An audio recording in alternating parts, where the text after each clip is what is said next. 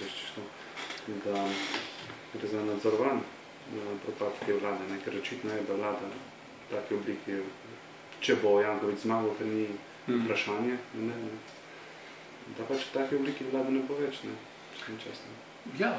In da so v bistvu pripravili tehnično vlado že, Jaz bom rekel v tem delu, jaz mislim, da dejansko, tudi ko sem konec avgusta takrat s to idejo tehnične vlade prišel ven, v marsičem sem pričakoval takšen razplet, kot se je zdaj zgodil. Prvič, da je koalicija nesposobna, oziroma nesposobna dogovora, kako pripraviti proračun, ki bo odgovor na razmere v državi, ker so dobesedno sešteli zahteve, ugotovili manko med prihodki, odhodki, zapolnili z fiktivnimi davki, preveč pri DDV-ju, preveč pri dobičku dohodka pravnih oseb plus nepremičninski davek. In to je na nek način, to, kar sem tudi rekel, kapitulacija v tem kontekstu, da se nihče ne upa realnosti pogledati v oči pa začeti z ukrepi na odhodkovni strani. Hkrati je pa tudi ta napoved te tehnične vlade bila ena ugotovitev, da v taki postavitvi, kot je zdaj slovenska politika, enostavno ne more sestaviti neke takšne koalicije, ki bi lahko to državo vodila naprej. In jaz mislim, da so pred nami same slabe opcije in zato je ta opcija za tehnično vlado, kjer bi vsaj 2/3 parlamenta jo naj podprl, tist način, s katerim bi ta država prišla če imamo nekje kontrolirano likvidacijo bank, pa tukaj kontrolirano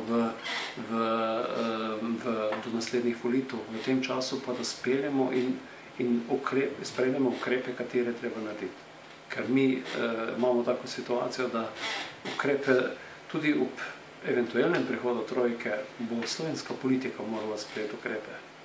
In jaz mislim, da enega vakuma 6-9 mesecev si bo država zelo težko privoščila, oziroma definitivno pomeni to prihod trojke v tistem trenutku. Zato jaz mislim, da če bi dali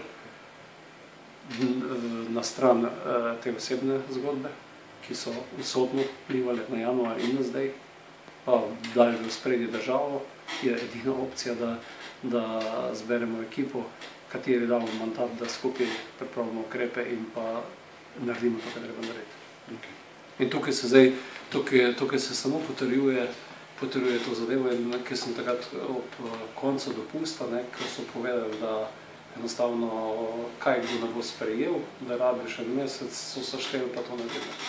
In jaz še enkrat več mislim, da danes to še toliko bolj aktualno in da v tem trenutku treba nekatere z tega političnega prostora umakniti pa dati to zadevo v roke teh naprav. Samo 2/3 zavlada bo težko, kakor nekoli že bomo. Zelo težko. Je pa to pot, ki nas pelje v... Mislim, če tega ne naredimo, kaj pa imamo zdaj? Kaj nam ostane? Tale koalicija, eno je ta problem za interni, celo mogoče bežijo pred odgovornosti, ki jo za sabo potegne nerealen proračun, nesposobnost ukrepanja in vsega tega. Očitno jim je že jasno, da pač pride trojka in se radi pač izognili malo, da Joanem Linču. Ja, ampak mislim, da to ne gre za kontrolirano zgodbo v ta namen, ampak tam gre za realen fight. Jaz mislim, da gre za dejansko izgubljanje kontrole nad koalicijo strani Zorana Jankovića in bitka za čisto osebno preživetje. Spopad ego? Ne samo ego. Tukaj v Sloveniji nimamo problem s spopadom ego. V Sloveniji imamo problem, da je iza teh egov en kup svinjarij, ki so se zgodile v zadnjih letih in je treba ostati na prostosti, ne samo spopad ego. Mi imamo to realen problem. Na eni in na drugi strani.